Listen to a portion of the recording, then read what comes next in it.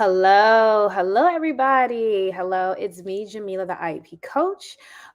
Just want to tell you if you see me looking down, I'm looking on my other monitor for my Instagram, so that way, because I'm going live on my Instagram as well. I hope everybody is doing well. It is Mental Health Awareness Month. It is the month of May. So I wanted to come on and just have a discussion about some of the topics that I've posted on my pages. And before we do that, please like and share this. If you are watching this on the replay, put hashtag replay under it so I know you're watching the replay. Also, if you have not done so already, make sure you purchase. Take your phone out, scan that QR code right there, and you can purchase my ebook, Master the IEP, Volume 1, A Beginner's Guide to the IEP. I've gotten a lot of great feedback from it. So make sure you take your phone out, scan that barcode right there so that you can get your copy and share it with someone. Um, if you need to tag someone in this live, definitely do that. Tag them so that way they can watch it as well and they can purchase my ebook. Scan that QR code, take out your phone and just scan it. So, again, it is Mental Health Awareness Month. And on my pages, on my page, I made a post about anxiety. I made a post about depression. And I also made a post about how easily accessible it is to therapists, online now. Um, so I just wanted to come on. I just thought it was just appropriate that I just share my experience that I've had with depression, because one, um, it's coming from me. It's an authentic experience. I'm going to tell you the truth, just how I dealt with it, how I handled it, how I overcame it. Just so that I can share my story with someone who may feel like they can't overcome it and they can't come out of it. I just wanted to just share my experience. So, and I think a lot of times when you hear the word depression, you automatically think, oh, the person is sad all the time. But it may not be a sadness, it's just a feeling that this person has, and it's like a mood that this person is in, and it's just other things that go along with it. So other things that go along with it, because the person can be happy and they could be smiling, they can be, just going through their regular life, and you have no idea the person is um going through depression. Okay. So I want to say I experienced depression in, I think it was 2021, the beginning of the 2021. I had just relocated to another city for my job, and I was working remote. So all of you know, I was a former special education educator, and I transitioned to being a special education supervisor. So um, I'm a supervisor, so going through the supervisor, and we were working remote. And for those of you who know me, I'm a very social person. I love to be around people. I just love that interaction, being in person and, just talking to people. I'm a hugger. So I love to talk to people. So all of 2020 is when, the pandemic hit. And then in 2021, it was still going on. And this is when, you know, a lot of things were still remote. It was heavy mask mandates, and you had to be very careful, when you went out. You guys remember how it was. It was very, you didn't see too many people outside. People was double masked, everything. So this is like, I'll say, in the height of, the pandemic. So this beginning of 2021. And I, again, I'm a social person. So due to the pandemic, I couldn't really, you couldn't really be around people. You couldn't really be around other people than, I'll say, the people in your bubble. And when I say bubble, it was just the people you're normally with, because you didn't want to take no chances of uh, getting COVID or passing COVID on to someone. And I was starting to feel isolated because I couldn't go out like I normally would. So I'm working remotely, and I feel like I'm only going outside if I'm taking the trash out. That's what it felt like. I'm only going outside if I'm taking the trash out. Or I would like take a walk. But then after a while, you got tired of just doing that same thing all the time. And it started to affect me. It really started to affect my everyday. And I went into a depression, and I didn't know I went into a depression. It wasn't until I came out of my depression that I identified that I was actually depressed due to the lack of, I'll say, connection with physical connection people. I still, I could keep in contact with people, on social media, and through, your phone, you can text, you can call people. So I I wasn't working out like I normally did. Like everything that I normally would do that made me feel good and just helped me to just I'll just say have good quality of life, not a good quality of life. That would increase my health. I just wasn't doing. Like I was not eating right like I normally would. I was ordering out a lot. I was not working out regularly like I was. All I wanted to do was sleep. Like I just wanted to sleep. Like as soon as I finished working remotely, I just wanted to sleep. I didn't. It was like me being cut off from. I guess it felt like I was cut off from the outside world due to COVID. And yeah, I just wanted to sleep. I didn't feel like preparing food. I didn't feel like cooking for myself. So I was ordering out all the time. And I just felt like I wasn't my regular self. Like I was just being isolated, staying into my home, and that was it. And that went on for a couple months. That went on for about, I want to say maybe 3 months. And it wasn't until, and it was affecting my sleep too. I was going to sleep late, which is not like me. Normally, I have my step, be in the bed by 10 o'clock, and then I'm asleep.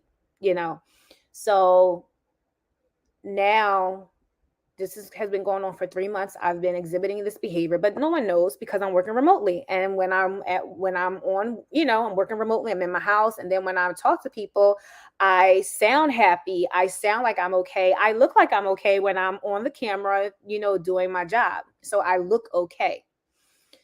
And I want to say, me being so tired, something was just like, you need to go to bed on time.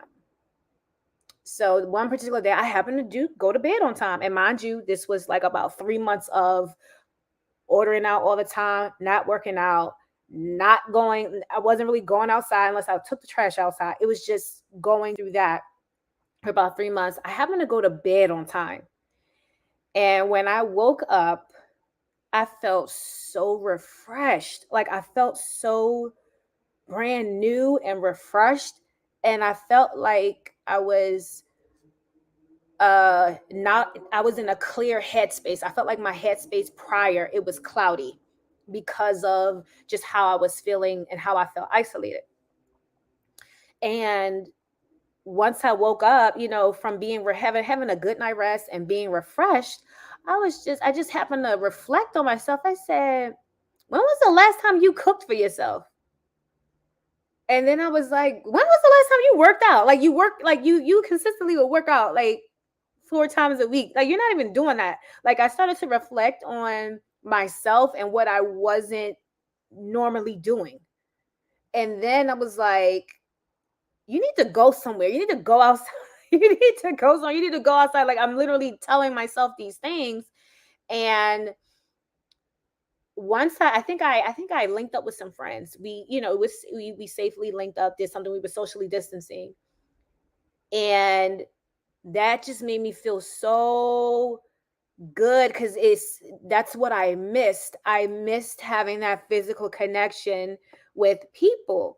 And I was just like, oh, I need to do this more. And I started to reflect, like, where were you for the past 3 months? Like I kind of recognized that I was not myself. Like I wasn't myself. Like Jamila wasn't here. It was somebody else was here, present. And I was just like, what happened to me? Like, where did I go? What happened to me? And I want to say prior to relocating, I had a therapist back home, and I had to change my therapist because I do go to counseling. I had to change my therapist because I had got a new position and, new insurance. And I had gone through, and then it was like I had to go through the process of finding a new therapist. And you guys, you know how that is, trying to find a therapist that you like, or just find, just like if you are looking for a new provider or a new doctor, you're trying to find someone that you mesh well with. So I was just like, oh my gosh. And then it was like after coming out of that cloudiness, I was like, you need to get on finding that therapist. You need to get back to that. You need to get back to finding, someone that you was talking with consistently. You need to get back to that. And eventually I did find someone that I like, that I do have now. And I remember telling my therapist, I said, I think I experienced depression. I'm like, I think I went through some depression. And I was explaining to her everything that had happened with me. And she was like, oh yeah, that sounds like depression. It sounds like you did. And I had to share my own ignorance about depression because I'm always thinking of, oh, you got to be sad. And it's like, I wasn't sad, when I was going through that. It was just like a feeling. I just fell into like this. It's like, what's it called? What do I want to say? The sunken place. I don't know if anyone ever seen Get Out. He goes into that sunken place. It was like I went to like this sunken space. I wasn't sad. I was just not doing what I normally would do. I was just not myself.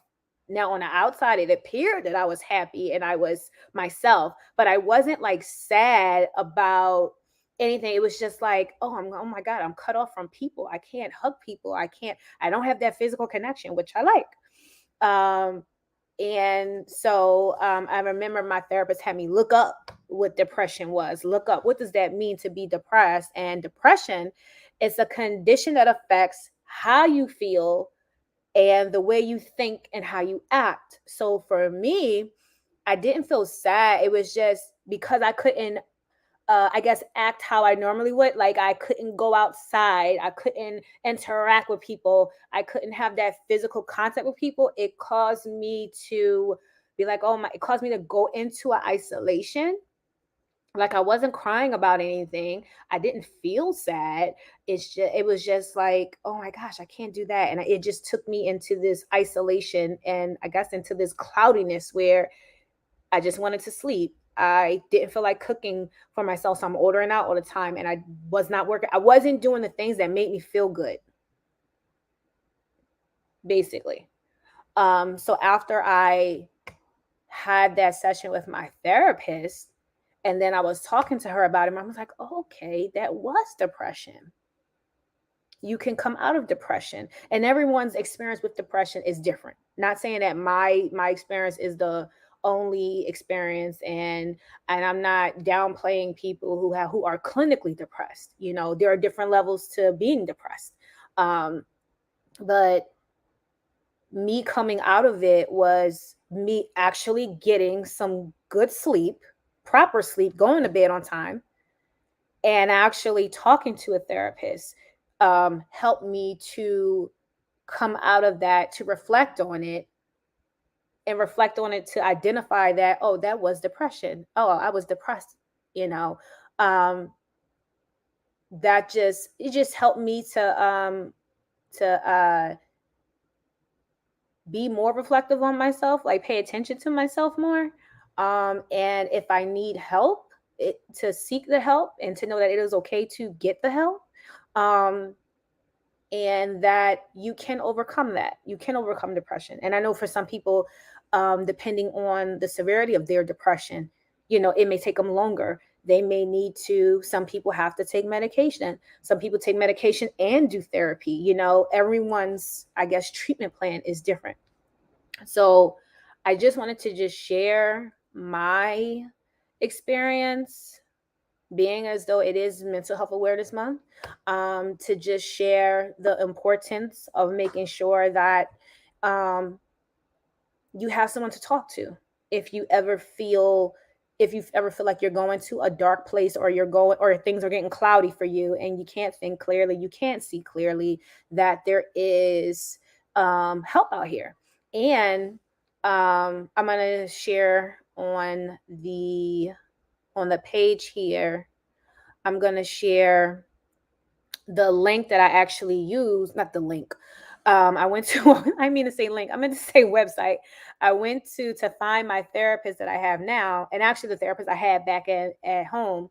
I went to, um, I went to the website Psychology Today, and that is where I found my therapist that I have now. Basically, every therapist that I've had, I want to say I started going to therapy. It was in, I want to say, the very end of 2017. And then I went through it in 2018. Then I stopped, I want to say like the spring of 2018. And then I started going again in 2019. I want to say maybe the spring of 2019 because it was before COVID when I had went back. And then October of 2020, I relocated because I got a new job. So my insurance changed. So I had to find a new therapist. So I'm actually going to put it in the comments here. It's Psychology Today. You can actually put in your insurance to see like who is in your network, and it can connect you with people in your network. So that is very helpful. I know sometimes people worry about that, like, oh my God, can I actually afford this at all? But if you look in your network, your insurance can cover it, depending on the type of insurance that you do have. And also, talking to a therapist has become so more easily accessible now. Like through teletherapy, you can do it on your phone, you can do it on your tablet, and there's so many different I want to say sites. There were a few that I looked into, and I'm going to put them in the chat here. Like one is called Cerebral Mental Health, so at Cerebral on Instagram. You have Talkspace, which is at Talkspace on Instagram. They provide counseling, like telehealth. You also have BetterHelp at BetterHelp on Instagram, and you have Very Well Mind. And you can find, to all my Instagram live people and also people on Facebook, I made a post about this, and I'll actually share this post on my LinkedIn too. So if anyone is interested or anyone feels like they maybe benefit from this, I made a post about this with these actual different resources. But actually, Psychology Today is where I found the therapist that I have now. And I've been, it's been great. I have someone that I talk to regularly, where I can just focus on myself and how I'm feeling and what's going on with Jamila and what's going on in my world and my day. Um, so it has been good for me, and I feel everyone should look into going to therapy. It's one of the best things I've ever done for myself, to help me process some things that have gone on in my life, and work through some things that have gone on in my life. So that's one of the reasons I came on, just to share my experience and what I've gone through, how I've going through the depression, and how I, came out of that depression, came out of that cloudiness for me. That's what it was for me. Um, how I came out of it, will that work for you? It may not. You may need something different. And that's okay. You can look into something different. I just wanted to just share my experience for anyone who has gone through or is going through depression, to know that there is help out here and that you can seek help. And for anyone who has been thinking about it, go through with it and see how it is for you. But do your research, look into the different resources that I shared and see what works, best for you. So again, if you are watching this on a replay, do hashtag replay. And leave me some comments, like if this was helpful for you, or share this with someone who you think will benefit from it. Another reason I came on is because, people of color, there's a big stigma of, seeking therapy, you know, as being an African American. That's not something that a lot of us do, because it's just like, oh, that's not what we do. And I really think it's important that we break those cycles. And we just, as we learn to do things, what's the saying, when you know better, you do better. I feel like the generation that I'm in, that's exactly what we're doing. We know better, so we'll do better. And especially, I want to say, if you work in the field of education or any human service profession, we take on so much, and we carry so much, and we hold on to so much from our students, from just the field that we work in, because our students come to school with so much, and they unload it on us, and that's a lot to um, take in, because you're trying to keep your headspace clear, and you try to keep yourself in a good headspace, so that way you can support your students, or just support the people in your life, and support you, and just support yourself. Sometimes you need someone to talk to, and how to handle that information that students are unloaded on you, or family or friends or whoever unloads on you. Where can I put this, because I can't carry this with me. So yes, definitely share this with someone who you feel could benefit from it. Please definitely leave me some comments. If you know of any other resources, definitely put them in the comments, on my Facebook, on my Instagram. If you've ever gone through depression yourself, or if you've experienced anxiety or anything like that, definitely feel free, if you're comfortable, feel free to, leave in the comments how you are dealing with it, how you're managing it, or how you have come out of it. Definitely share it. So thank you guys so much for tuning in. Again, if you have not already, make sure you get my ebook, Master the IEP, Volume 1, A Beginner's Guide to the IEP. You can take out your phone. If you're on my live on my Facebook or my YouTube or my LinkedIn, you can take out your phone now and scan that barcode, and you can purchase the book. Those of you who are on my Instagram live, you can click the link in my bio and click link and go to link number 1, and you can purchase my ebook. Also, make sure you follow me on my Instagram at the IEP Coach. Is on all that's my name on all my platforms: Instagram, LinkedIn, Facebook. The IEP Coach LLC. That is my handle on everything. So thank you guys so much, and remember, please like and share. Have a good night.